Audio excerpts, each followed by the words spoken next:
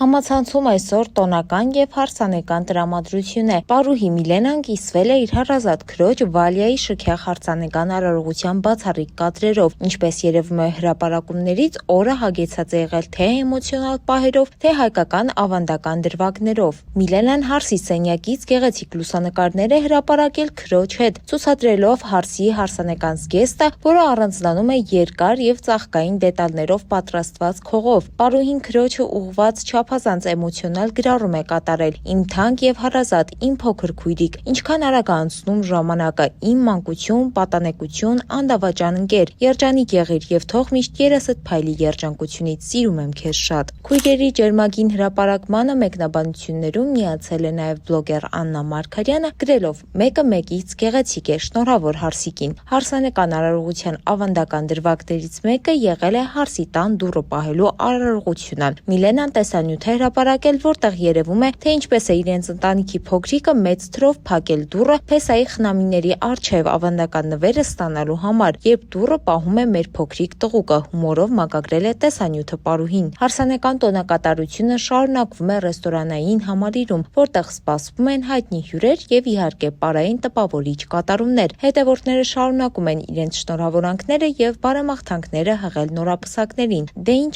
այսքանն էինք պատրաստել ձեզ համար, մնացեք մեզ հետ։ Թամարա Քալանթարյան, Օրագիր Նյուզ։